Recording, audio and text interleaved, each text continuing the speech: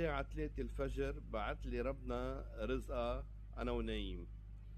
شو صار؟ رن جرس البيت. بتقلي زوجتي مين الساعة 3 بالليل جاي؟ قلت لها نشوف. رحت ناطور البناية، خير إن شاء الله. بيقول لي ابنه معه كريزة ربو بده يحطه على الأكسجين بمستشفى الحكومة. تكرم عينك، لبست ثيابي ونزلته، نطرته 3 ساعات بالسيارة عبال ما ارتاح الصبي. طلعنا على عرمون.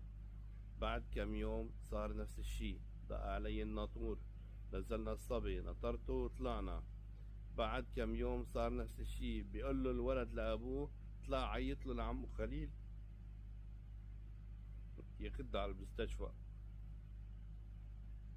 هيدا الرزق، هيك لما ربنا بيبعت رزق، مش المصاري رزق. ليش